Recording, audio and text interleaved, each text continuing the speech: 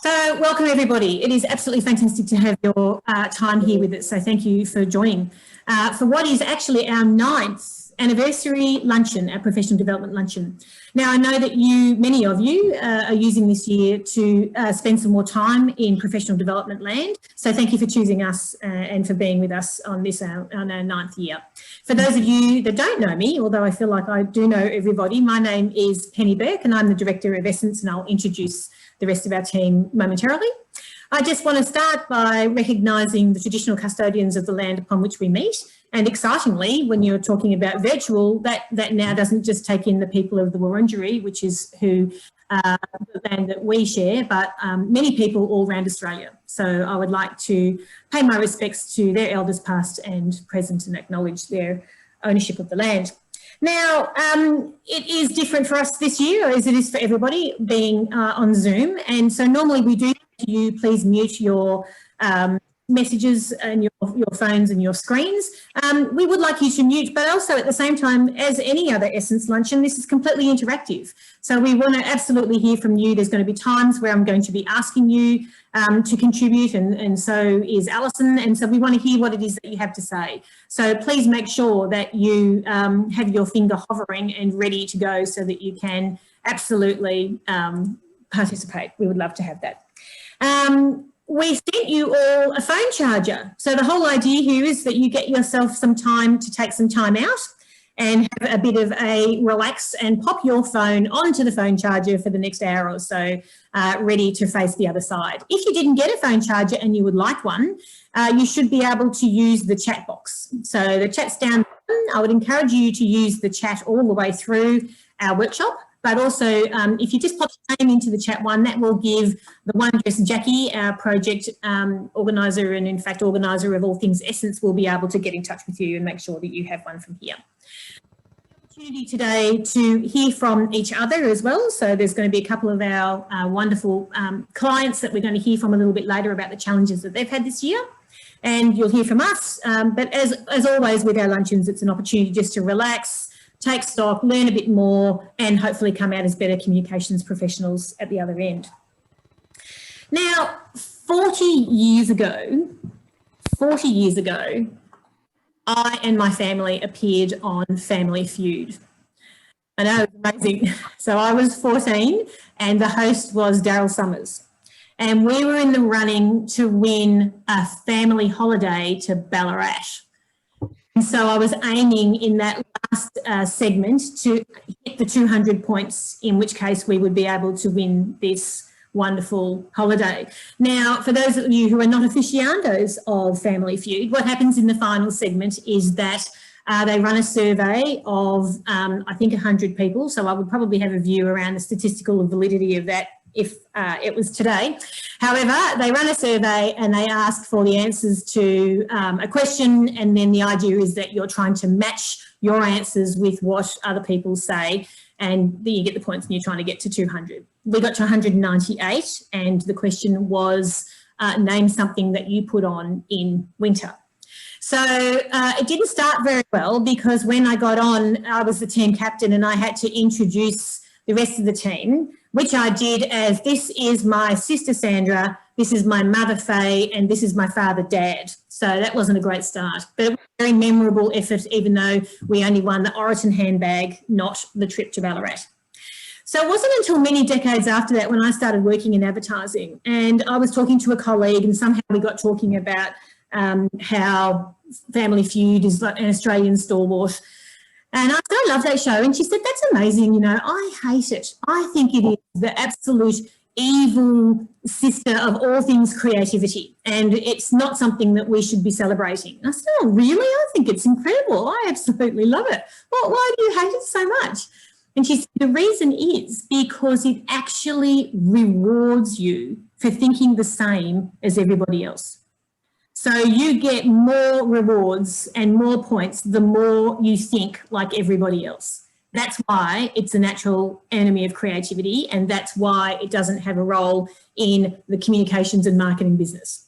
And I just thought that was a really interesting observation. And when I think about what it is that we are trying to achieve in marketing and communications, it becomes clear to me that actually we posed the question to you when we sent out the charger, what is the new D?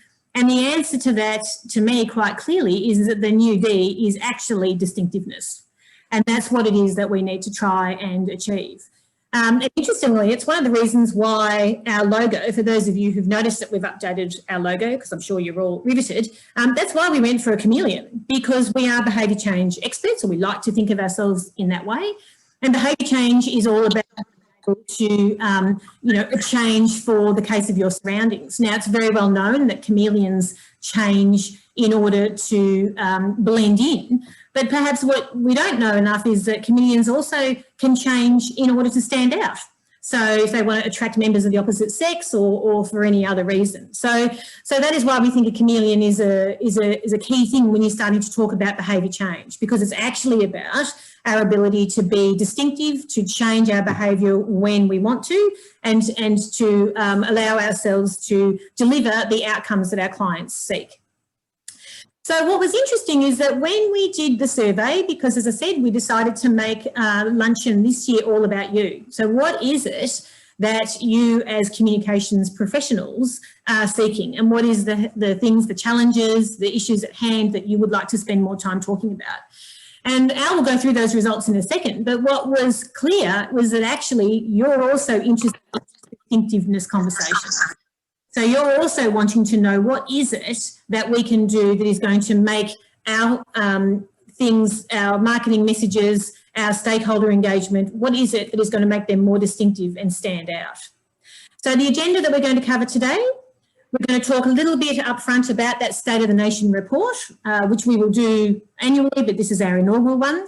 We're going to talk a little bit about distinctiveness in behaviour change and how you can avoid the easy mistakes. We're going to talk about distinctiveness when it comes to how we can position ourselves internally inside our organisations so that we can be the best profession that we can. And we're going to talk about distinctiveness in our storytelling.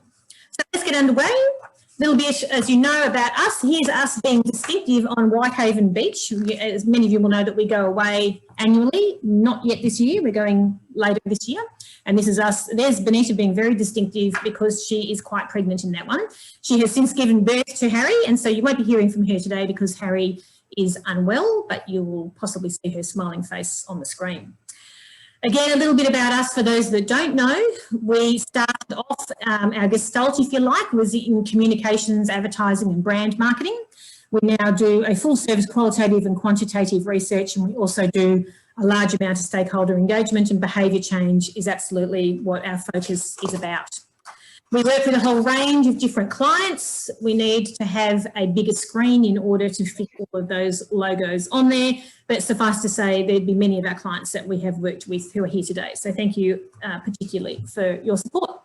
So let's get straight into what the survey had to say. Al, do you want to take us through the key highlights of what it is that professionals are looking for? I will. Thanks, Penny, and hi everyone. Nice to see you virtually. Great to see more people actually than we have done in the past few weeks, months in Melbourne, so it's a bit exciting for us.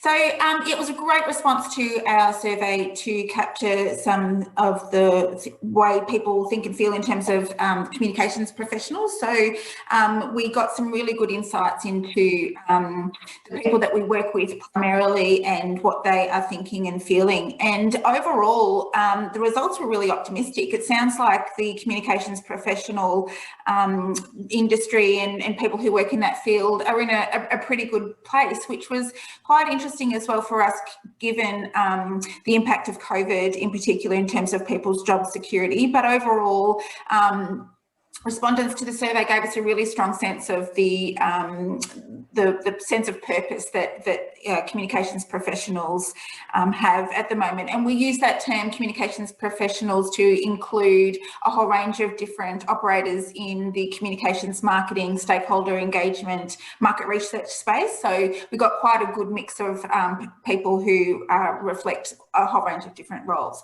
So in essence, we found that respondents were feeling quite confident in their skill set. They felt valued. They felt like they're contributing to achieving the strategic objectives of their organisation. So, and 80% basically said they've got pretty good mental health at the moment, which again, we've been talking to through a range of projects over the last couple of months. Mental health is variable depending on the different perspective that people are coming from. So in summary, 88% of people feel secure in their job, 88% felt they were highly valued in their organisation, and 90% believe the role of communications professional is even more important now than it has been in the past. So when we are looking at, you know, that position that the comms professionals are in and that sense of confidence, there is still a number of challenges that they identify. So we've got a whole range of issues that were nominated that basically result in a situation where it's a bit harder to get cut through in terms of our messages. So there's saturation of media. We've got lots of clutter going on. Social media in particular creates an environment where everyone's a journalist, everyone can share information, and so siphoning through that detail to try and take away the we want people to understand is actually really difficult. So, you know, the respondents talked about shorter lead times, faster turnaround times, and, you know, getting a little bit of a pressure put on them in terms of delivering good communications. What is anyone else see that stripe that's appearing on my screen? Is that Matt? This is Matt Skinner's doing something there. Matt, what are you doing to my screen? I don't know how to get that off. So, yeah, Matt's still scribbling on my screen. That's very strange, Matt. I don't know what you're doing there. But I'm going to keep pushing through because the technology... can I just try one thing, because we all love good technology. Just one moment. That's very strange. I think I can fix that because I'm very clever at technology. So I'm just going to talk about, I'm going to pop something into chat. So please let us know if you didn't get an Essence charger and you would like one. Just pop your name into the chat function. Everyone know where chat is? It's just at the bottom. So if you hover your finger generally at the bottom over, you should bring up the chat function if everyone can. Okay, am I back? Yes, you are. Great. Matt, leave my screen alone. So then just in terms of the changes that communications professionals want to see in the industry, they're definitely looking for much more robustness around research insights and understanding the metrics to measure communication. So that's really interesting for us in terms of the work that we've been doing most recently in terms of market research to inform comms development, but also being involved in a lot of evaluation projects. So what are the metrics we're using to determine success? So that seems to be an area of interest for the respondents who completed the survey. Now, in terms of what we are wanting to do or achieve in the near future, it seems to be that we're really ready to be distinctive. So this was another, key finding that has informed our session today, is that the communications professional feels really ready to differentiate, to be brave, to be distinctive in their communications. So they're not looking for doing the same old that they have always done. There's a really keen interest in exploring new ways of engaging with audiences. And we can hear Xander. Oh, sorry. No worries. I'm loving the interactive loving the technology. findings. Xander's absolutely fascinated. Loving it. I'm obviously a good babysitter. And then in terms of the skills or competencies that are most important for communications professionals, understanding the digital media and marketing space is something that is actually a key area of interest across the board. And, that's obviously a specific skill set. And I think understanding how to use it, and specifically in terms of the technology and the technicality of it, is of great interest. And then we've got those classic areas of critical thinking, problem solving. And the two key areas that we are addressing today, because it's our thing, is understanding of behaviour change and storytelling. So we've really addressed those key areas to provide some time for you to have a think about some of the things that we know in that space. And so, as I said, the key topics that were nominated were around, in terms of professional development from the respondents to the survey, was definitely around behaviour change, storytelling, digital media, creative, innovative thinking. So hopefully today we can give you a little bit of that as we push through on the key things that we are covering. Back to you, Penny. Thank you. So I just recently completed, like many of us this year, having a little bit more time to do something. I did the micro-credential in behaviour change with Monash University's Sustainable Development Institute. So it's actually one of the units that they do in the MBA, and it's specifically on behaviour change. It was really interesting. It was a full 9 weeks, I think, and it was one of those things that I ticked the box at the start to say, oh, yes, I'll do the assessment. And then, of course, it was a bloody nightmare having to go back to the days of university, and proud to say that I only dropped 5 marks in the whole thing. But either way, so I had to really go back to basics on behaviour change, which was fantastic. And so because you were so interested in it and it came up so highly in the survey, we thought that we would share just some of the really key things that I got out of that course that I kind of wrote down and made sure that we will continue to sort of refer to those as we deal with the day-to-day issues that our clients deal with. And one of the things that, of course, I found the most interesting that you always learn most out of is not what people do really well, but in fact what they do really badly. And there is a large number of great behaviour change fails that are there on the open market for us to discuss, and I thought we would do. I'm just going to put you on notice now that I'm going to ask you at the end of this section for you to actually contribute some of your own behaviour change fails. Now, I don't mean from the point of view of work at all, but all of us have what we know is the common thread about all of the behaviour change fails, and that is unintended consequences. So the key thing that seems to happen constantly is about unintended consequences, the things that you don't expect to happen. So the one that is most well known is that there was a childcare centre that decided when people weren't turning up on the dot of 6 o'clock, they decided to, which was when they closed, they decided to put a fee in place to make people come earlier. The only problem was is that the fee that they put in was $3 for 10 minutes. So, of course, what was the logical outcome of that is that everyone just went, I could be half an hour late and it's going to cost me $9. That is an awesome return on investment. So, of course, what happened is it actually encouraged people to stay on the 6 o'clock cut-off date. And cut off time. So, you know, that they needed to change that. And interestingly, when they did make that change, the problem there was that people actually were quite shitty because they had to make a demonstrable shift in the dollar value. So they went from $3 for 10 minutes to $10 a minute. And they had absolutely people up in arms from the very beginning to go, how could you have increased the cost that much? That's outrageous. This is about gouging. And of course it wasn't that. And if they'd actually just gone with the $10 minute the very first time, they would have been in quite a different situation. So what happens here around the law of unintended consequences is finding yourself in a situation where the change that you had hoped to happen doesn't in fact happen, and you end up fostering a completely different sort of behaviour. So there's another one that we want to show you now, which is a video that comes from Canada.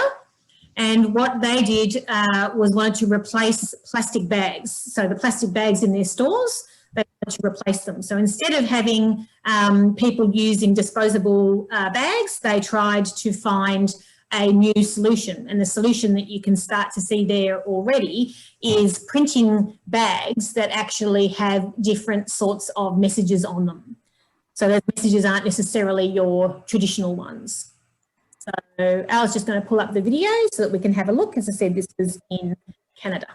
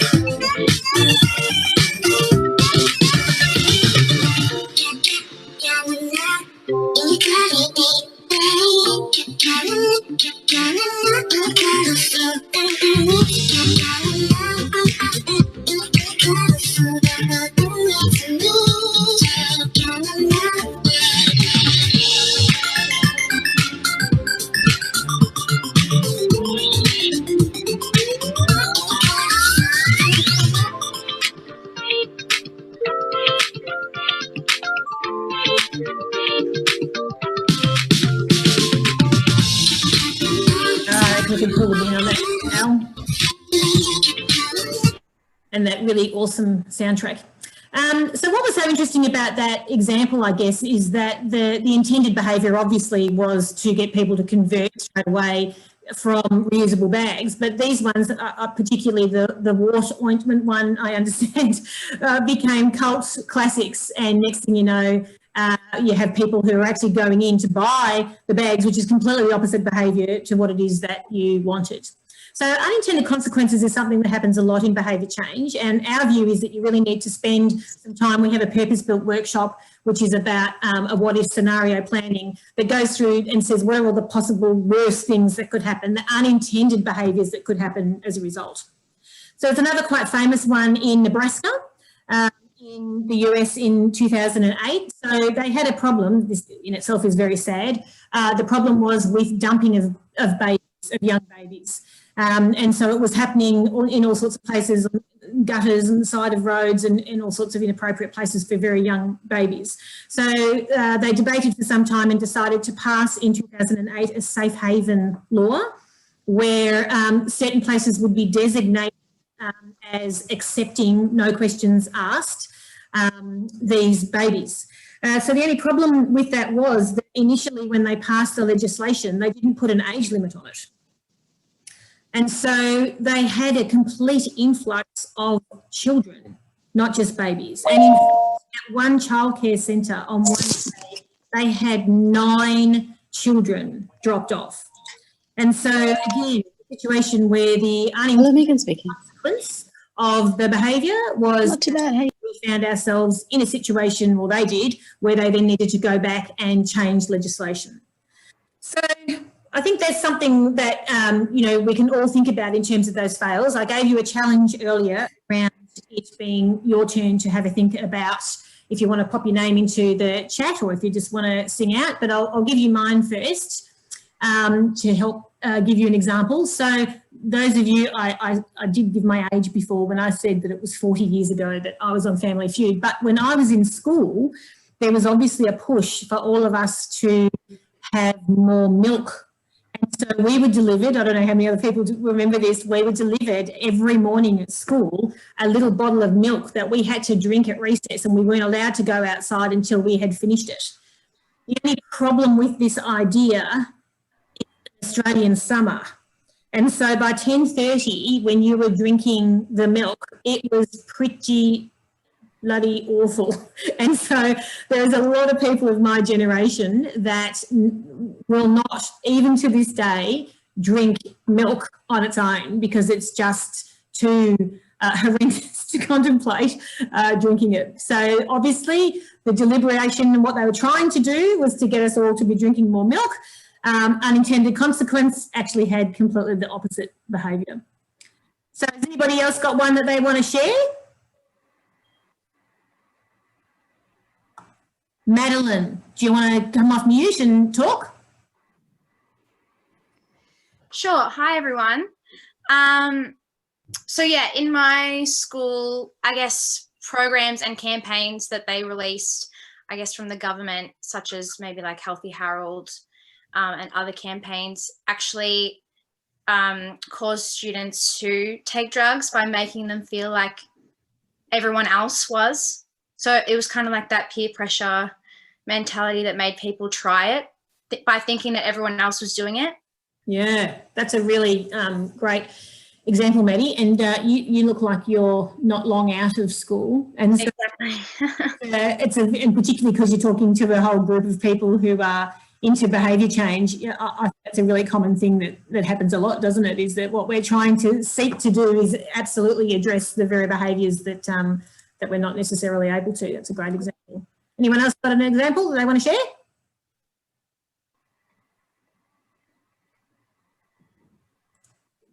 All righty. I do.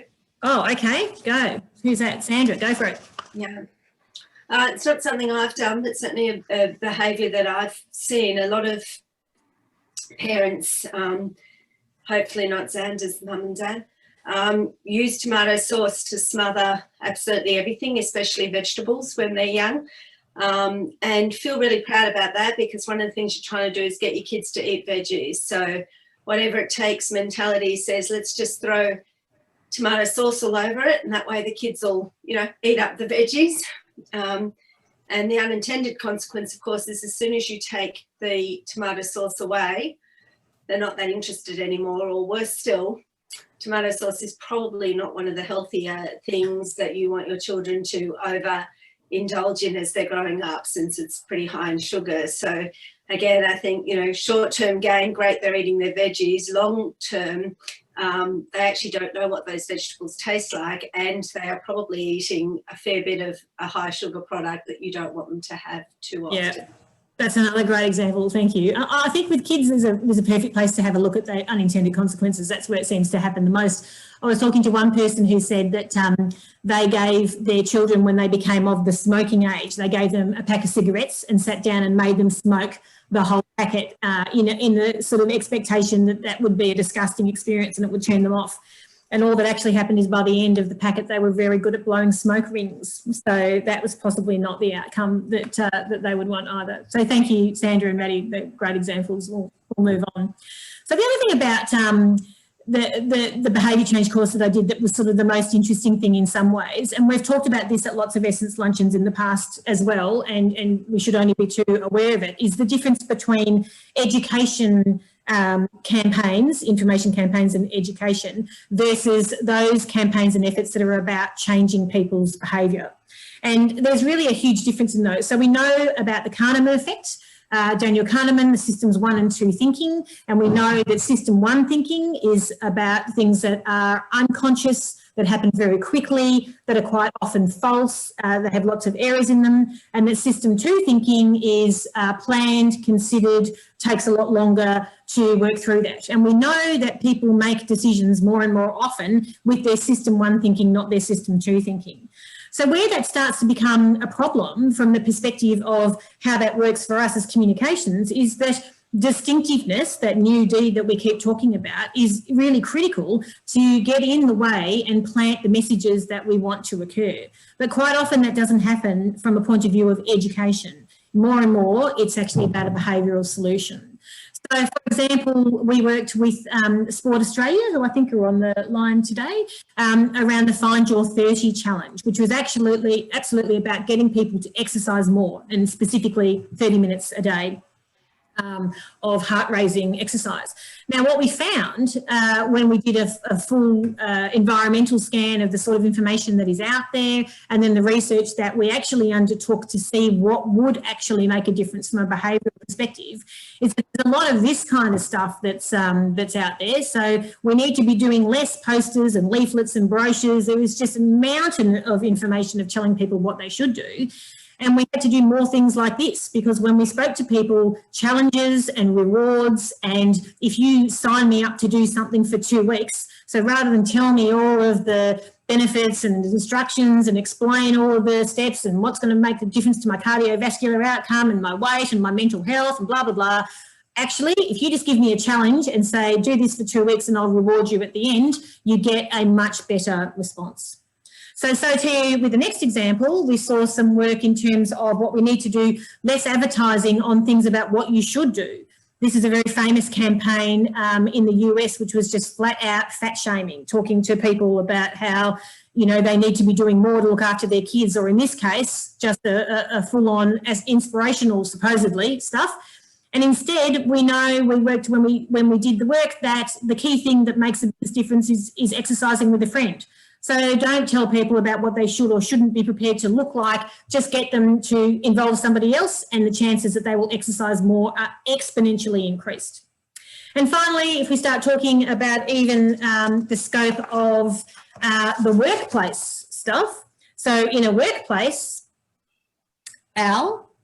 less of instructions around, here's, you know, on the sides of the tea room walls, we need one of these, you need to be doing more of that, here's about the wellness, this is what we need to do.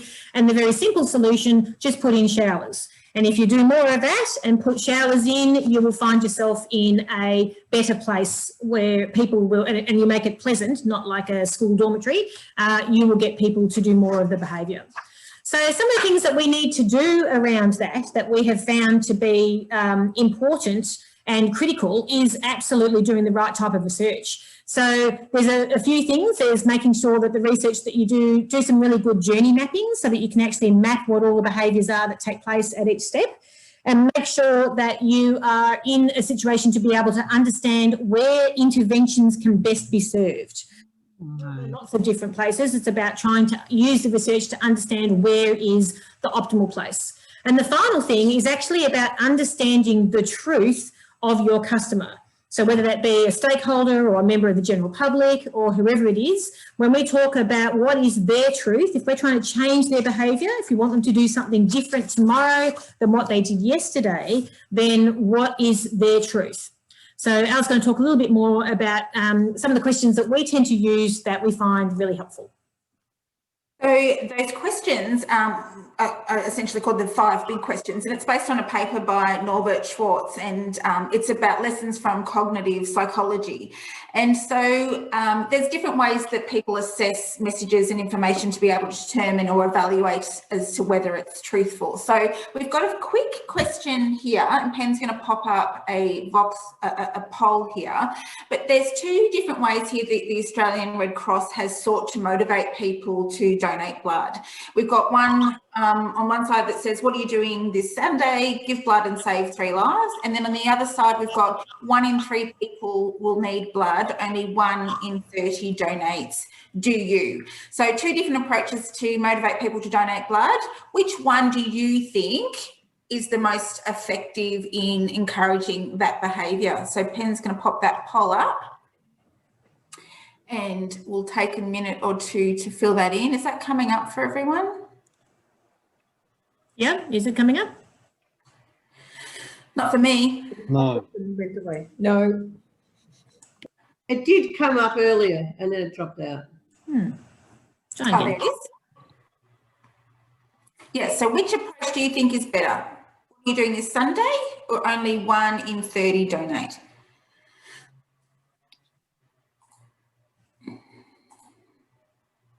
It's coming in thick and fast. All righty, let's have a share.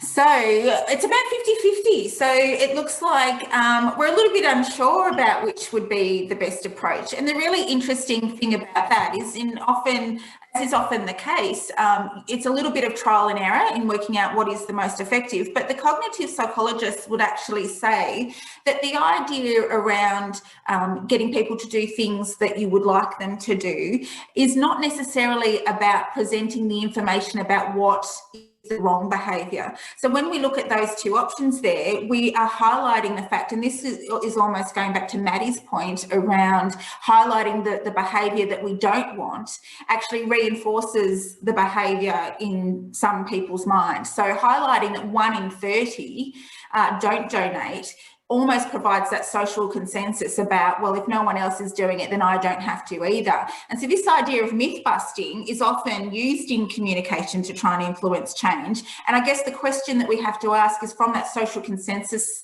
point of view, is, do I believe it? Because if no one else does, then I won't either. And the Family Feud story that Pen mentioned is a perfect example of that, because when you're asking a whole range of people and we get that consensus, does it make it feel better? Does it make us feel it better that we've got the same idea that they have? So that's the first question that people ask themselves when working out whether a message is truthful or not. Do others believe it? Do I look around and see what else is going on around me?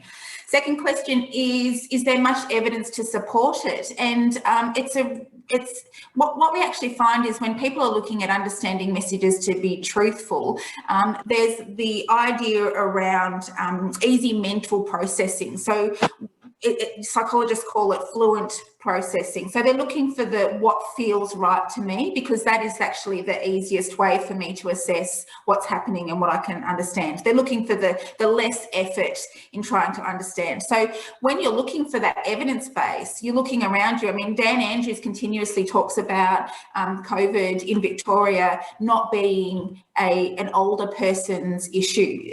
Yet when we look at the evidence that we keep being presented, you know, is that contradicting that message? But in reality, most people are drawn to the evidence that feels most right to them. It's almost, you know, that heart versus mind, heart versus head concept. third question that people ask themselves is it compatible with what I currently believe? So there's that space between what do I currently know, what's my belief system, what's my value system, and if it aligns with that, I'm more likely to think that it is actually a truthful message.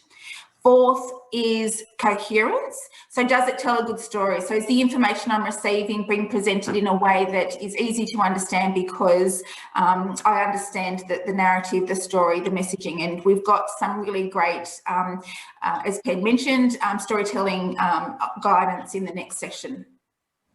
And the fifth question is credibility. So does it come from a credible source? And we all know that there is definitely more trusted people within our community where the message comes from those people and is much more believable. At the same time, we know that there's also the authoritative message that comes through. So that credible source is another aspect that's considered when people are trying to determine whether or not the information is actually truthful. So they're the 5 big questions that often when you start to look at how you're crafting your message, look at it from this perspective in terms of asking, are these the things that people are going to assess and take out from the message that I'm putting together? And that's the paper that we'll also distribute afterwards that gives you a bit of a sense as to the more cognitive psychology and the theory behind that. So next thing of interest that we thought we'd share with you is let's talk motivational theory. So last week I jumped on my bike. I'm not really a bike rider, but I jumped on my bike and I was set the challenge of going to 5 local sites within my 5-kilometre radius and taking selfies at each site to be able to prove that I did actually, in fact, attend each of those sites. I also had my watch, my Apple Watch on, which I appreciated its connection with me at the time. It gave me a buzz or a vibration every kilometre, which helped me feel better about my pathway towards achieving the 55-kilometre challenge that was set as part of this particular challenge. At the end of that challenge, I received a little gift pack from a member within my challenge group who it was their job that week to give me, to allocate the prizes, a little bit of homemade chutney there. And by the way, I did incur an injury with the scratch on my face. I got swooped by a magpie, so behaviour change, probably less likely to get on my bike. Anyway, the whole experience of that was that I was motivated, achieved a 55-kilometre week through running and bike riding. This week I've done nothing. So this week I actually have had very little success in getting my kilometres up. So I sort of thought to myself, why is that? Why was I so much more motivated last week and not this week? And it comes into some of the aspects that Pen talked about specifically that we understood from the Sport Australia work is the idea of a challenge that's set to people to be able to fulfill a challenge increases your likelihood of being active.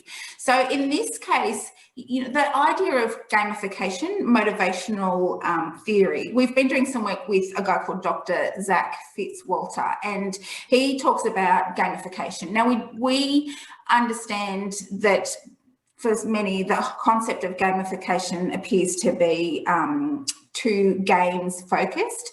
But in fact, the idea of gamification is that it actually introduces those game-like elements into a not normally game-like environment. So behaviour change, you know, there's lots of examples, and I've got some to show you, that talks about how we integrate the concept of a game. Goals plus rules equals interesting challenges plus feedback equals meaningful experiences, has a really interesting way of influencing behaviour change. So there's been lots of work done around gamification and the motivational theories that it looks at addressing or taking advantage of, including intrinsic and extrinsic motivational theory. You can have a look at, we've also got an article that we'll be sending through afterwards about Dr. Zach's work that talks more about the psychology that happens when you engage people. But the stereotype of a gamer in Australia in particular is really different to what the reality is. 67% of Australians play games and the average age is 34. It's not a 15-year-old Fortnite, player. 50-50 male, female. We've got, if you think back again, Penny and I've been reminiscing when we started planning this session, but Pac-Man, Tetris, Donkey Kong, they're all games that motivated people to get through certain challenges and get to the end and feel amazing having achieved. These days it's Words with Friends, Minecraft, Angry Birds, Candy Crush. Candy Crush is massive, really significant. So all the concepts and elements of games that are applied in these situations have been considered from a behavioural change perspective. I just want to show you this example here. We're going to make sure, hopefully, let's see if the technology works. Check this one out. Welcome to the honking capital of the world. Here, people honk even when the signal is red. Sawai hai na? Maybe they think that by honking, they can make the signal turn green faster. समझतच नाही.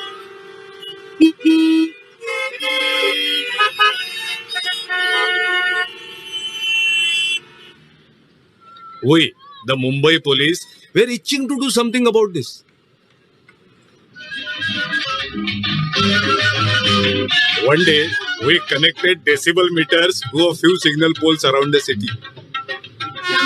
If the decibel level went over 85 dB, the signal would reset and stay red for longer. आता बसा बोंबलत. Out for a pleasant holiday. Come to Bombay, Bombay, मेरी है. Bum bum bum bum. Bombay मेरी है. Bum bum bum bum. Bombay मेरी है. बजाओ बजाओ और जोर से बजाओ और रुको.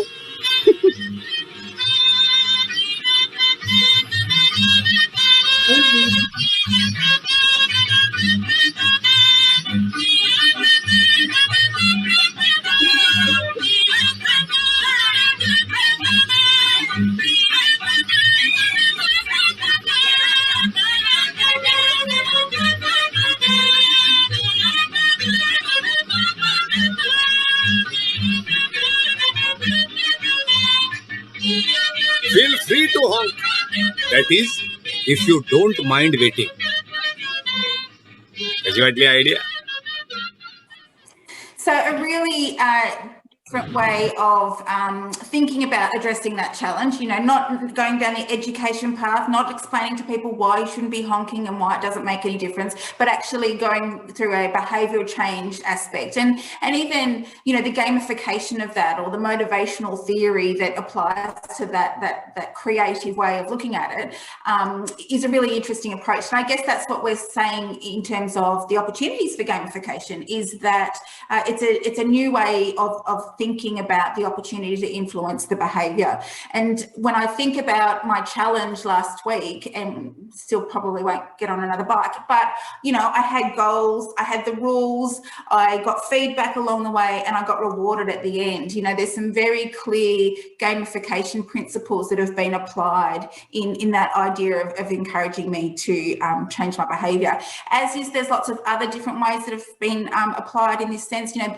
Apps in particular are really engaging in this space at the moment. So quit smoking apps, so you can see your progress, you can see your health, it comes up with rewards, it gives you lots of reminders, those sorts of apps. The Chore Wars, that came out in 2007. Anyone using that to get their kids to do the dishes, yeah, it's a struggle. So, lots of different ways. Apple came back straight up with the time to wash hand washing app. I don't know if anyone's seen that on their phone. So, it gives you the message to say, it's time to wash your hands, and then puts the 20-second timer on. And then once it's finished, it gives you a little bit of a exciting vibration and, fireworks. So, that sort of reward mentality. Tasmania has a tourism tracker in place down there, where once you arrive at the airport, you can download an app and then track your trip with photographs and information about where you've gone. And at the end, you're provided with an itinerary, a fabulous looking report that shows you where you went, and your photos are connected with the landmarks. But it's actually a tool that they're using to track tourism behaviour. So lots of different ways that the gamification concepts are being applied to the way we approach behaviour change. So just to wrap up, in terms of those behaviour change opportunities, you know, there's lots of ways in which we don't necessarily anticipate those unintended consequences. So it's a good opportunity to brainstorm and conduct a bit of a worst case scenario review to identify what they are.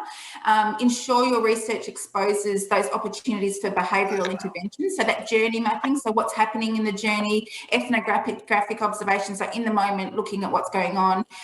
You know, there are times when education approach is most relevant, while a behavioural approach, you know, is better suited to the challenge. Those 5 big questions are really great to help you look at what message, how are people going to assess our message to make sure it's truthful. And then the opportunity includes those gaming elements, you know, different distinctive way, creative way. The research, the study that we did identified lots of interest in more innovative, creative approaches. So that gaming opportunity is really a new way to consider that opportunity there. Thank you, So next we are moving on to our panel, Pen. Yeah. So one of the things that came out, to be honest, more in our conversations with you than in the polling as such, is around how can we get the communications and research function higher up the food chain, for want of a better word. So how can we get more people to be aware of and seeing the importance of communication, the discipline, research, insights? How do we get that happening? And so we thought that rather than just continue to hear from us, that it would be great to hear from some of our colleagues. I mean, this is a communications and research professionals luncheon. This is the sphere that we all work in. So what sort of learnings could we have from others at the table? Now, interestingly, Marita Tabane has just texted me because we've had an outbreak of COVID in Shepparton. She's been dragged into a meeting right now, so unfortunately she can't join us. I'm going to share a little bit about what she had to say. So she's been the head of comms at Health for not all that long. She actually came across from Victoria Police when the pandemic was underway. But talking to her, she's in one of the unusual positions where it's gone from being no one really cares that much about comms in that department to rocketing to the top of the pops. Everybody wants to talk about comms. And so she's had an interesting journey in terms of suddenly having a seat very much at the front of the table. But I'll come back and give some more insights around her view a little later. What I might do first is have a chat to Amy. So Amy, if you want to stick on up and take yourself off mute. So Amy is our client and has been quite some time at AGL, where she is Insights and Research Manager. And Amy, do you want to talk a little bit about the sort of things that you have been doing at AGL to try and get more of your senior executive across the very good work you've done in Insights? Yeah, sure. Thanks, Penny, for asking me to come along this afternoon. I just thought I'd respond firstly by acknowledging the flexible working practices at AGL. So I actually job share the Insights and Research Manager role, and that's a pretty lucky position to be in. So I actually have a colleague, Angela Southwell, and we both share this role. She just couldn't be here today, but we're very much a team on everything that we do in the Insights and Research Manager role. So Penny and I were having a chat last week when she mentioned... Sorry? No, that's all right. We've got a bubby. I'll just put it on mute. Ah, bubby. You can see my 4-year-old or 5-year-old if you want. I'll wheel him in. So Penny and I were having a chat about this last week, and I had a little think about it, and I sort of came down to 3 things or 3 reasons why I think we've had some success more recently with this. The first would be, and it was interesting to see your results of the survey talking about actually quality of insights and quality of research is one of the top things that people were keen to have more of. And I think, although it sounds a bit obvious, I think making sure you've actually got something to say that is important, that is worthwhile, is key. And I've seen plenty of research in my career where it's, you know, fabulous research, but actually doesn't mean or do anything for the people who need it the most. So just because it's a good piece of work doesn't mean that it's actually the right information for people. So that's sort of the first thing.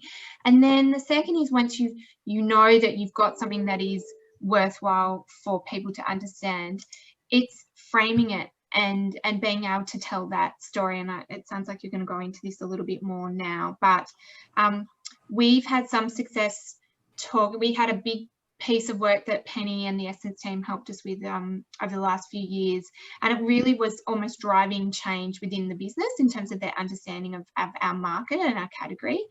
And we talked about it in terms of these truths that you also mentioned as well, but we framed it across sort of 5 or 6 inescapable truths. So things that consumers held to be true, regardless of whether or not they were actually based on truth. And that was a great way of being able to tell the story, to drive the business and senior execs to stop and think and say, it wasn't any point them pushing back on us and saying, well, that's not true, because that's not the point. The whole point of framing it this way was saying, regardless of whether it's based on truth, this is what it actually is happening in the market. We've had great success with framing and storytelling like that. And in fact, I was in a meeting last week with someone who actually talked about the inescapable truths without actually calling it that. It's just become so much a part of his understanding. He's even using the language without even realising, and I consider that a great success, to be honest. I was going to say about that, Amy, it wasn't so much about the content of the inescapable truths, but even that terminology. Yeah, exactly. I suppose it's the theory of branding, isn't it? Is that people suddenly took this chart that was called inescapable truths and has now become part of the vernacular, which is so not just the findings of what the inescapable truths are, but it appears that actually the vernacular has worked its way into. Exactly. Yeah, and just by framing it and being able to tell that story in one slide, in a really compelling way, really helped elevate that information, which was really important for the business to understand, but even us as a team and our team to be able to get into some more conversations across the business to say we've got things that are really worthwhile talking about. And then the third thing I thought about was particularly with COVID, and I'm sure a lot of people in the session today, just obviously that just the amount of information that came through the business all of a sudden, particularly around March, April of this year. And we set up some webinar and podcast series. So I know that's, again, other people might be talking about that as well. Particularly the webinar series, it was such a simple thing, but presenting the information in a lunchtime session and actually recording the session, which again sounds ridiculous, but it allowed people, it created a platform for discussion. So we kept the actual presentations very short, but what we allowed it to do is then have conversation and interaction, exactly like this session here, and recording that and then distributing that conversation out into the business afterwards, actually elevated again the importance of those insights, that information we were receiving, but also the conversation that people were having in the business, and then they could feed back on that. So there were 3 things that we've done more recently that I think have really helped. And I think what's also good, it was Amy's initiative actually to say to us for the last project that we did, that at the end we did some depth interviews only a few weeks ago with people to get just short, maybe 15-second audio clips after what it is that they said, so that there was like a suite of those to be inserted into presentations. Now, I know that we do this for a lot of different clients, and in the past we've, gone to great effort to sort of pull that together. What's been interesting just with technology and the sense of at the end of the depth interview, we've just been using WhatsApp, and so they just go straight into the audio. We get them to re-record it at the end of the depth interview, because if we just literally record it, there's actually a huge amount of time and cost and running around to sort of get it edited into, and because consumers tend to ramble, right? As we sometimes do. So what ideally, we take notes through the depth interview, and then at the end we literally say to the consumer, we feed back what it is that they said. So you were saying something about this, that and the other. Do you think you could just reframe that and just say that again for me in a couple of seconds, and then send it through on WhatsApp? So we pay them for it. They're incentivised up front. They know that they will need to do this at the end, so that we're not actually asking them to do something extra. So we've already covered off on all the privacy situations, and then it just furnishes with our clients with a range of audio clips, which I think were quite useful, weren't they, Amy? Yeah, definitely. So they fed into a board strategy day actually this week, and we've had some really good feedback from that. It's just a taste, really. It just encourages them to incorporate that into their thinking and discussions, and also never to forget the voice of the consumer in those decisions. So it's just such a small, easy little snippet. And as you said, we've managed to do it pretty cost effectively, but it becomes incredibly powerful. So I can tell them everything, but you know, sometimes they get a bit sick of Angela and I and our team. But if I say, but here's a consumer actually saying that to you, then it just becomes infinitely more powerful for those people. Absolutely. Thank you, Amy. And because what it also does is actually gets the discipline on the front foot, and we know how important that is. So, Cal, I want to talk to you next, because as the manager of all things at Bawbaw, the Bawbaw Council, we know how important it is to not just get buy-in eventually to get your comms out to the external audience, but what you need to do internally to position your strategic comms to the best possible way that you can. So do you have some thoughts on that you'd like to share? Yeah, sure. Thanks, Penny, and thanks for the invitation today. Just a little bit of a context before I get into it. There was a piece of research that, again, Essence helped Bawbaw Shire Council with over the past 12 months, coupled with some annual customer satisfaction surveys that local governments, councils do each year, all pointed to the same sort of similar themes that kept coming out. And that was, the major theme was around that Bawbaw Shire Council over the past, years and years, had significantly underinvested in roads, so roads maintenance. So for those of you that don't know where Bawbaw Shire is, it's in Victoria and it's in a regional area. So we have a lot of remote country towns. We have a lot of unsealed dirt roads, and then we have towns spotted, if you like, down the highway heading down to Gippsland. So the challenge, so given that that was the theme that came through through our research, our council term, they made the biggest decision that they'd actually made, and that was to double the investment, to re-divert funds and double the investment in road maintenance. So they awarded a new contract. And of course, the council, being like a board or an advisory group, whatever resonates with you, our council group wanted to really take that message out to the community and ensure that the community were aware that council had invested and doubled their investments, and the community were going to see a difference. Our customer service team, our road maintenance team, were always constantly littered with complaints about potholes and corrugated roads and all sorts of complaints coming through. So it was a really key program, I suppose, that council had done. So the challenge was, how do we create that awareness to the community? So what we did was we came up with we took a strategic rather than tactical approach. And by that, what I meant was, rather than just rolling out some creative with some, internally designed messaging, we engaged a local PR agency and advertising agency that had also done some work on our brand, a brand refresh 2 years ago. So they knew our brand pretty well. That actually ended up being a very key part in the internal engagement, which I'll get to in a moment. So working through writing a brief to the agency, all the stuff that you go through in that sort of, marketing comms scenarios. Part of that was I did a lot of internal campaigning. And especially I started with the director of that area, as well as the CEO and the exec, because I didn't have the funds to take this campaign out to the community, to promote it over and above what we normally do in our existing budget.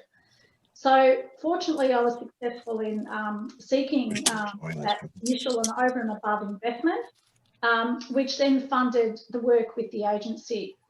At that normal point, ordinarily, a comms team or a marketing team wouldn't engage with, say, a team or a department of engineers, okay? You just sort of like, you get the brief and off you go and you do your stuff and then you bring it back and you go, blah, there we go, that's what we're rolling out. However, the approach was slightly different, and that was, we engaged and brought in the roads maintenance team, so the staff and the team, along to the first reverse brief, sorry, with the agency. So we've got comms, we've got creative right brain thinkers of us, and the agency sitting in a room with engineers talking about like the real intricacies of roads. And was that the first time, Cal, that probably people had ever heard of those sorts of departments? So, I mean, I'm presuming those roads people didn't even know that comms sort of really existed. No, they would have had no insight, Penny, into that this is the process in which a comms team would operate behind the scenes on rolling out a big campaign. They just stuff up here. So not only did we engage with them, our ordinarily in a council environment, councillors or council don't get involved in like operational matters. However, at the time, my beloved previous CEO agreed with the council that they would have buy-in and have involvement in this campaign as well, which was quite horrifying to me at the time and the team.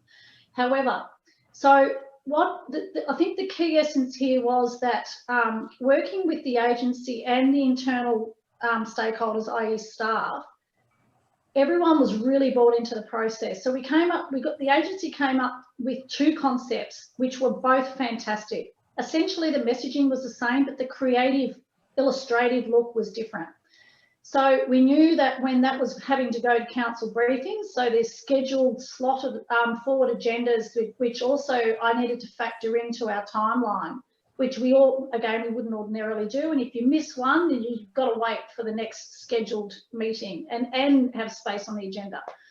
So in preparation for that workshop with the councillors, now we're talking about 9 people that are, you know, not comms people, community members as councillors.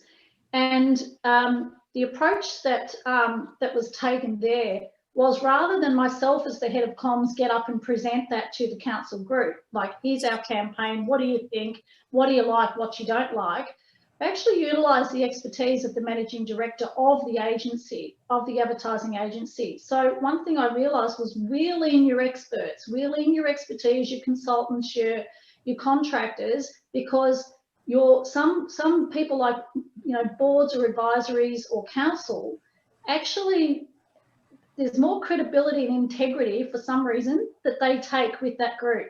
We've often talked about that, and I'm sure it's very frustrating because I think often, even from a research insights point of view, when we come and present, you know, our clients have lived through it, they know it as well, and they may say exactly the same thing internally. But suddenly we come in and say, hey, actually, this is how a customer thinks, and everyone's going, wow, that's amazing. And you're sitting there going, yeah, I think we already knew that. So, but I think that's a really good point though, Kel, because I think, you know, internal work that you need to do to get people ahead of the campaign is actually as important as the campaign itself. And so doing that groundwork and taking whatever means it is that you can to get communications higher up the, you know, and the research and the insights and what you found higher up the flagpole is obviously a key part of then getting buy-in to the absolute, you know, to the end campaign. And it's almost as important in terms of treating that as a campaign as the campaign itself.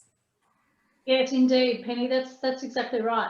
The great thing about it is, to your point, that was a big piece of work that when we commenced the you know, oh, let's think about how we're going to do this with a sub-brand, a PR campaign that's got longevity for 5 years. What's all the different elements? What's it going to straddle across? All that type of stuff. We didn't think about the fact that, oh gosh, our councillor group are going to be a key stakeholder. And more importantly, because we're in local government elections, our councillors actually, this has been one of the things that they've hung their hat on during this council election as candidates. Yeah, totally.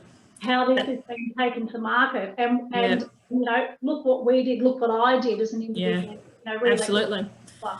Thank you. Now, Chiron, this is something that you've got particular experience as well when you start talking about sensitive issues and people who want to, you know, have their hand in there. You also win the prize for the longest title. Would you like to share to us, Assistant Director of Immigration, Citizenship, Social Cohesion and Public Affairs? What is your experience? Yes, and I do agree that it's really important to bring them along for the ride. And thanks for inviting me along. Just to give everyone a little bit of context, I work in comms in the Department of Home Affairs, which is a department of around 15,000 staff, I think. We have a comms capability of around 45 people. which includes, you know, a media team and a production and design team and a few strategic communication teams, of which I'm a member of one. And we also have 4 ministers' offices. So on top of having a massive organisation that's gone through huge amounts of change multiple times over the last few years, as we've, you know, had machinery of government changes and merged with customs and other organisations, we've got a massive department that has a massive remit, and there are all sorts of people in the department who've never come up against comms before, don't even think about comms, and there's always, you know, changes to legislation, changes to policy that people actually need to know about. So how do you tackle that, considering that you've got such a huge department? How do you elevate the role of comms? Well, there are several things we do. Obviously, it's an uphill battle, and it's a constant battle. We're doing it all the time. So we get out there and attend other branch meetings and just present and say, here's who we are and what we do and when you should come to us. You know, just pick up the phone if you're not sure, and we're happy to have a chat and talk to you about it. We've also got into the template for new policy proposals, so that we, for people who haven't heard of us or aren't sure, or who just don't think about comms, you know, being there actually written into the template where it's a part of the standard process. If you're developing a new policy, you need to think about whether you need some budget for comms. There's behaviour change right there, people. Suddenly there's a box that appears on their written thing that let's not even bother telling them about it. Let's just go, you need to fill that out. So you're going to need a hand doing that. Exactly. Tick that box. It's magic. It still doesn't work 100% of the time because they think, oh no, comms don't need to be involved. Tick. I consulted comms. Actually, no.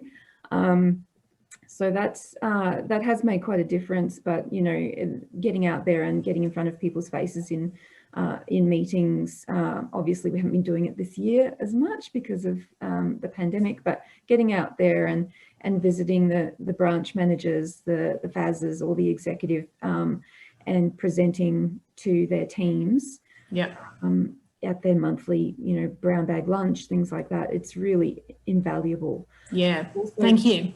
Yeah, thank you. I mean, those sorts of things in terms of increasing, you know, as much coverage as you can, I think is quite a critical thing. I mean, I've summarised a chart in terms of, so when we send the presentation out, you can get a bit of a feel around the other bits and pieces, but that's really almost a bit what you just mentioned there, Chong, isn't it, that first one, seeking out the right person. I mean, we know when budget gets announced, you know where the money's going.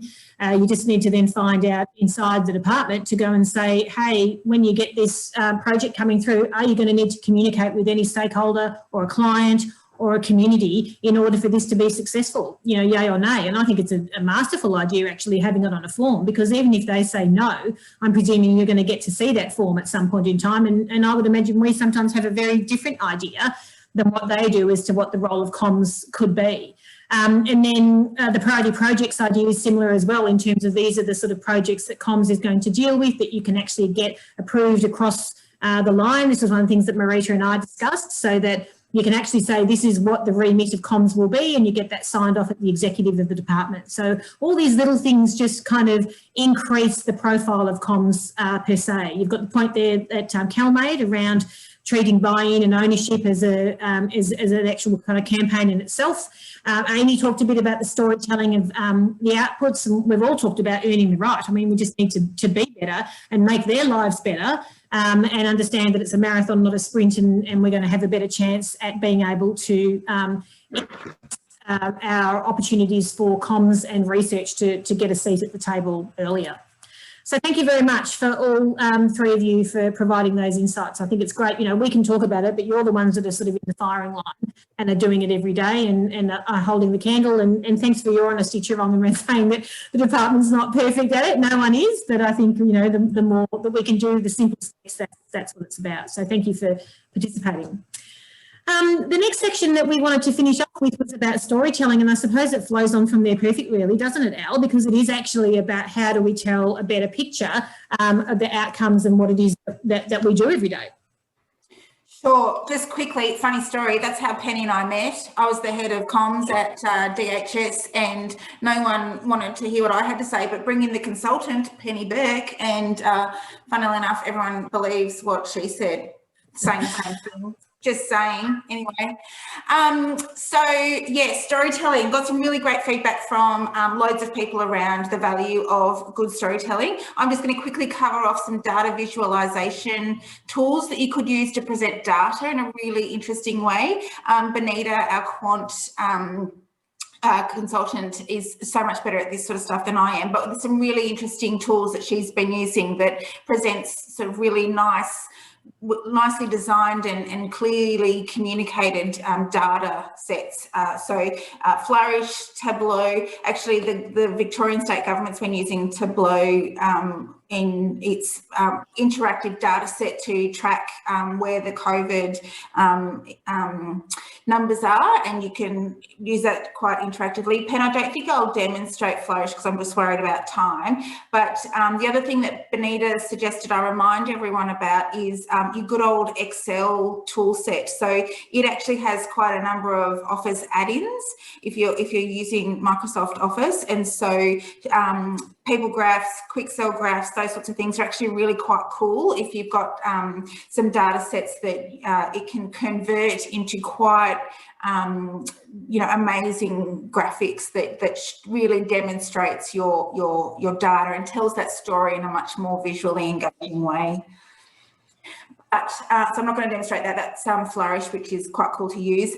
There's also some great books out there that Peter has said it's got some great tips in there in terms of storytelling with data and data at work. We can include those references in the presentation. But I guess the thing that we have had most success with is our work that we've done with clients around storytelling and using a particular formula that helps you in your conversations and the opportunity to get your agenda on the table by having a really great story to be told. Yeah, and so this, I had a look back through the amount of you who have come to our past luncheon where we just did a full couple of hours on this actual model, because we found that if we can give you a simple model which tells you how to actually structure your storytelling and how to anchor it in storytelling for business, a lot of you have then gone on to actually use that. So, for example, the SPA process that we teach is the overall story. You need to be aiming for 90 seconds in total. Anything longer than 90 seconds and you lose people. So this is a good point to take notes, people, if you're interested and you haven't done this before. 90 seconds is what you're aiming for. With your start, so the S part, so that is the smallest part of the overall thing.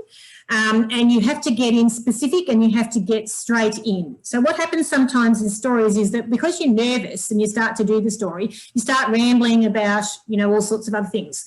I don't know if anybody remembers in the Family Feud example that I gave earlier, but the start of my story was 40 years ago, my family and I appeared on Family Feud. Bang, that's it. So it gives you a chance to go from the start straight into the next bit, which is the point. So do not spend a huge amount of time on that start. The point is where the bulk of the story is. So that's where you spend most of your time. And I think about that as a sort of like a slogan, or what is it that you want your audience to do or believe as a result of the conversation. So in the Family Feud one, for example, obviously the bulk of the story was around what actually happened, the last exercise in terms of getting your 200 points, the conversation with my creative colleague who said that she actually hated it, me saying was surprised, why is that? She said it's the enemy of all things creative thinking. And I went, oh, that's interesting, haven't thought about that before. Which leads to the difference between just an interesting story or an anecdote about your life and what grounds it in a business sense is this next point, which is the anchor. So if there's anything that you write down that is absolutely critical in terms of your storytelling, it is getting this anchor right. So you absolutely have to land it and hook the story back to the moral in a business sense. So those sentences there, we'll leave it there for a second for you to jot down, or we'll send the slides out as well. They're great things in your mind to use as a framing sentence to do the linking. So what you're going to say is that reminds me that what we're trying to achieve with this is blah, blah, blah. Or wouldn't it be good if in our organisation we adopted those principles and we looked at that? Or I'm sharing with you today because it makes me think about so on and so forth. So the anchoring that I did around it was all very well. Like we finished the point and she said, you know, it's a horrendous, evil, creative thing. And I paused and then I said, that made me think about what it is that we are trying to achieve in our marketing and communications. That actually what we're trying to look for is distinctiveness, and what we need is for everybody to notice us because we're saying something different, not because what we're saying is exactly the same.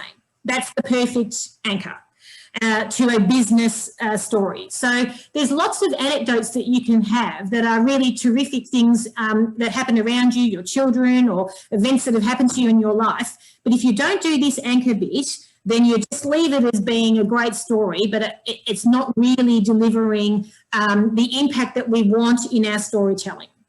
So just to make sure that this makes sense, and I'm going to pick on you, Matt, because we did do quite a comprehensive workshop over a couple of weeks with people at Breastscreen. So I thought you might want to share a little bit about your kind of affinity with this model and the difference it's made around your storytelling.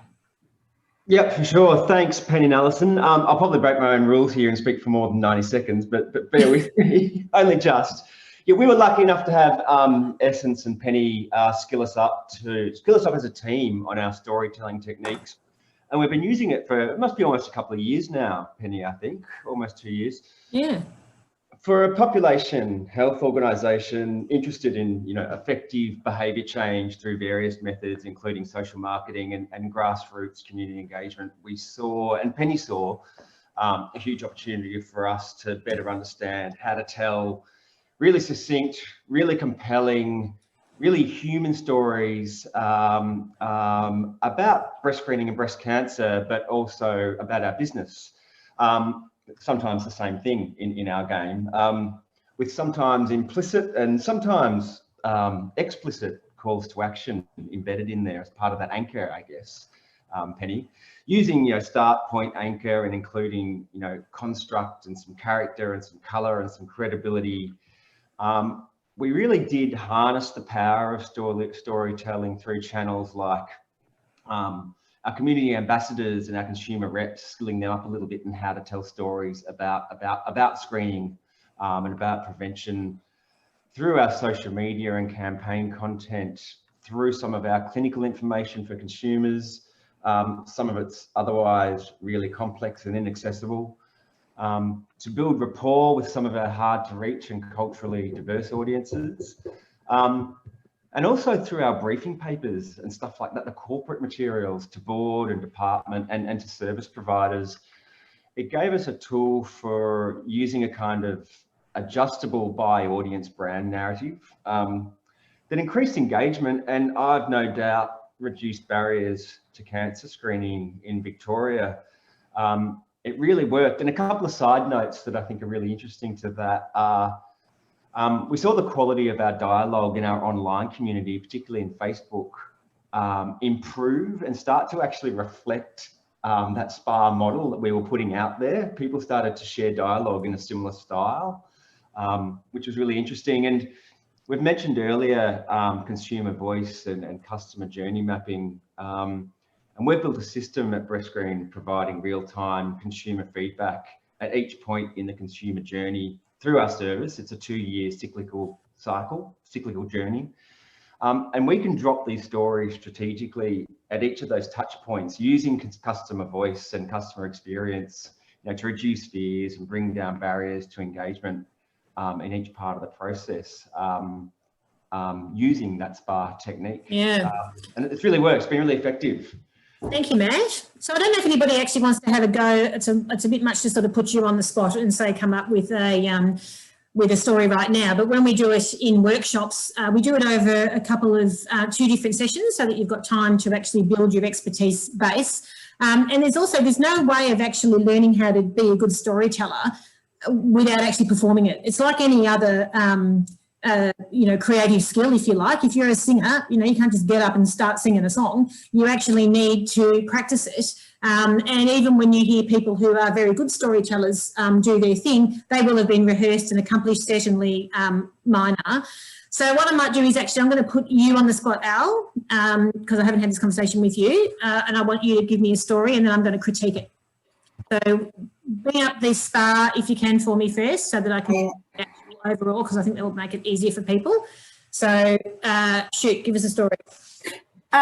So the thing I've learned with Penny is that she often puts me on the spot, but I have also learned with the storytelling process is there's real benefit in having this case or library system. So when you have a moment in life where you go, wow, that was really interesting, park it somewhere or write it down or put it in a book so that you can then refer back to in terms of presenting it in a story about a lesson or something that you've realised. And so there was a moment actually last week that I put in this list. I've been homeschooling 3 children, great fun. But I remembered that at the time I thought that's a really interesting thing that I just noticed. I'll just quickly write that down. I actually can't find the piece of paper at the moment, but I did write it down. But okay, so I'll follow the format, Pen. I was going to say, have you started your story yet? I haven't started yet. Okay, start. So last week, my 10-year-old son came into the office and asked if he could earn some money. And he's asked me that question quite a few times over the past 6 months whilst in lockdown, because I have allowed him to play Fortnite. And he has learned that stuff costs money in Fortnite, and he wants to have that stuff, so he needs to do extra chores around the house. So I looked at him and had the look on my face of, oh, for goodness sake, not again. And he realised that. And before I could speak, he said to me, actually, Mum, don't worry about it. And he started to cry. And I said, what's wrong, buddy? And he said, I've just realised how much I want to play Fortnite, and I know I shouldn't be playing so much. And I just had this realisation when I looked at you that I need to stop. It was almost like he had realised he was a drug addict or something, and he had this wave of, oh God, look what I've become. But I thought to myself after that, I thought, that's really interesting that he realised it himself. I didn't even have to say anything. And so I thought, well, that's really made me feel like he's a much more resilient, informed, self-aware kid than perhaps I had thought he was. That's my story. Oh, that's beautiful. Thank and you. You're raising good human beings, I can say. I'm trying. Yeah. When we do the story thing, and Al, because I've sat you through this, that when we do that, a large part of this is critiquing and is when you put it on the spot. Now, that as a story, once you got to the start was really good. Once you took a bit of faffing to get there.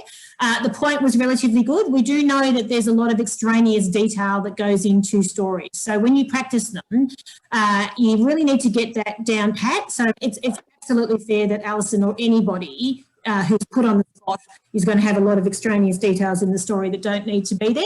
But I would encourage you to do some practice around that and just strip out the stuff that doesn't actually make any difference. And so when we meander, there's stuff there that doesn't really sort of help the story.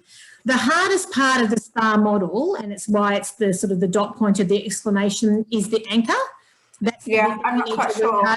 Yeah, I don't know that you did quite nail that. It was a really interesting insight around the fact that he's more resilient than you thought. But this is the bit where you actually need to land that to a business context. So, for example, what you could also have said, when you think about the fact of what it is that he learned, you could also have sort of done that within the context of how it's not about awareness and education, it's about the behaviour approach. So that, you can reinforce that when you're with your audience to sort of go, it's not just about telling Jack all the time, I'm sick of giving you money, I don't want to do that. I just need to get him to a point where he himself can realise that the behaviour is not good for him. So there's a whole range of ways that you can adopt that anchor that is actually going to make his stories land a bit better. But for those of you who are interested, we've got a whole, as I said, a workshop on this, or some documentation. But if you can get that sorted, your SPA model, the start, the point and the anchor in particular, if you can nail that, then you'll go a long way to being able to tell great stories about the outcomes of our communications and insights research. And I think at the time, as I said, I thought, oh, this is a good story for my story library. I don't yet know what my anchor is for it, but I remember thinking it's a good story. Anyway, Absolutely. And so sometimes I know I had the point, as you say, the story. So the family food one's been in my mind for a long time. It's a great story. And sometimes I manufacture the anchor as a result. Other times I will think about my anchor first, and then I'll find a story that fits it. But anyway, we're right on 1:45, so we want to finish off. Jackie has put into our chat function, or she will be very soon, the evaluation, which if you click on that, it will take you straight into the evaluation as always. We would love you to do that. Here's the opportunity to remind you that the point of today has been about understanding distinctiveness. So we think that that is the new D. So if you didn't get your charger where we pose that question to you, please also send a note back to Jackie so that we can do that. Special thank you to Chirong, to Cal and to Amy, and sorry we didn't get to hear from you, Marita, for participating. And next year, as we said, will be our 10th anniversary, and we're very much hoping that we will be able to eyeball you and celebrate in style with some bubbles. So thank you very